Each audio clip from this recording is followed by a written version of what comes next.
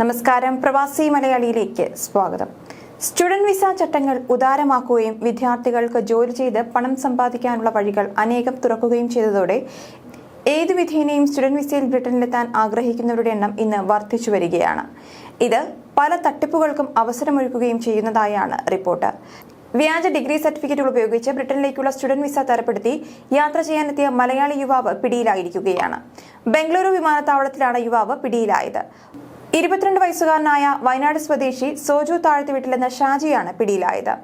ഗുൽബർഗ യൂണിവേഴ്സിറ്റിയിൽ നിന്നുള്ള വ്യാജ മാർക്ക് ലിസ്റ്റും അതുപോലെ NV ഡിഗ്രി കോളേജിൽ നിന്നുള്ള വ്യാജ സർട്ടിഫിക്കറ്റും സംഘടിപ്പിച്ചാണ് സ്റ്റുഡന്റ് വിസ നേടിയത്.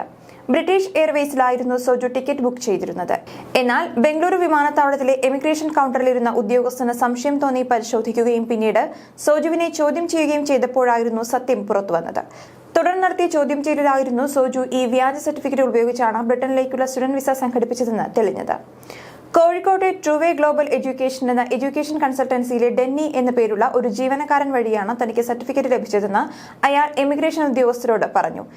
ഡെന്നി പറഞ്ഞതനുസരിച്ച് ബംഗളൂരുവിലുള്ള അനുരാഗ് എന്ന വ്യക്തിയാണ് സർട്ടിഫിക്കറ്റ് നൽകിയതെന്നും സോജു വെളിപ്പെടുത്തി. 65,000 രൂപ നൽകിയാണ് ഗുൽബർഗ യൂണിവേഴ്സിറ്റിയിൽ നിന്നും മാർക്കാർഡും പിന്നീട് ഒരു BBA സർട്ടിഫിക്കറ്റും ഇയാൾ കരസ്ഥമാക്കിയത്. പിന്നീട് 9 ലക്ഷം രൂപ വാങ്ങി ഡെന്നി വിസ തയ്യാറാക്കി കൊടുക്കുകയായിരുന്നു. എന്നാൽ ഇതാദ്യമായല്ല ഇങ്ങനെ വ്യാജ സർട്ടിഫിക്കറ്റുകളുമായി ബ്രിട്ടനിലേക്ക് വിമാനം കയറാൻ എത്തുന്നവരെ പിടികൂടുന്നത്.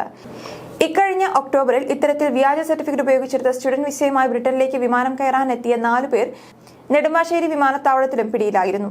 പട്ടാമ്പി സ്വദേശികളായ മുഹമ്മദ് ഷാഹിൻ, വാഴക്കുളം സ്വദേശി ഡിനോ, അത്താണിക്കൽ സ്വദേശി രഹാന ബീഗം എന്നിവരായിരുന്നു അന്ന് പിടിയിലായത്. അന്ന് ഹഷീർ +2 BCom എന്നിവയുടെ വ്യാജ സർട്ടിഫിക്കറ്റിനായി നൽകിയത് 90,000 രൂപയായിരുന്നു. ഷഹീൻ ഇതേ സർട്ടിഫിക്കറ്റുകൾക്ക് നൽകിയത് 50,000 രൂപയും.